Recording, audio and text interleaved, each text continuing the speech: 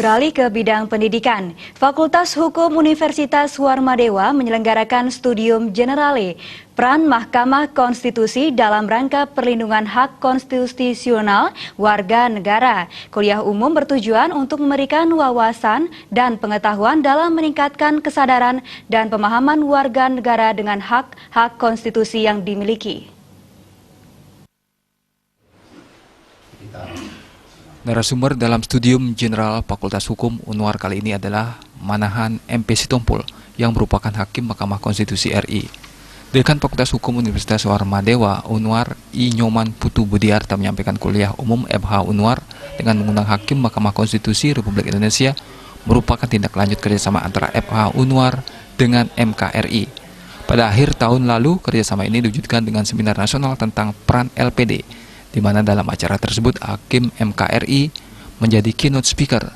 Tujuan dari kuliah umum ini adalah mengundang Hakim MK untuk memberikan wawasan dan pengetahuan dalam meningkatkan kesadaran dan pemahaman warga negara dengan hak-hak konstitusi yang dimiliki.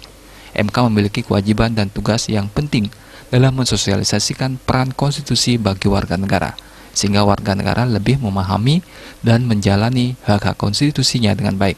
Menurut Budiarta, dalam pelaksanaan sering terjadi pelanggaran-pelanggaran tentang konstitusi yang dilakukan oleh pemerintah, legislatif, dan masyarakat yang seharusnya terdapat tindak lanjut dari MK. Pelanggaran terhadap hal-hal tersebut, konstitusi dapat disampaikan ke MK untuk ditangani oleh Hakim MK. Untuk menambah pengetahuan warga negara akan pelanggaran tersebut, MKRI secara aktif melaksanakan sosialisasi terkait peran MKRI dalam melindungi konstitusi warga negara Indonesia. Ditambahkannya, pelaksanaan kuliah umum ini diharapkan mampu meningkatkan keterampilan mahasiswa FH Unwar. FH Unwar dalam mencetak lulusan yang memiliki kompetensi di bidang ilmu hukum sangat relevan dengan kerjasama antara FH Unwar dengan MKRI.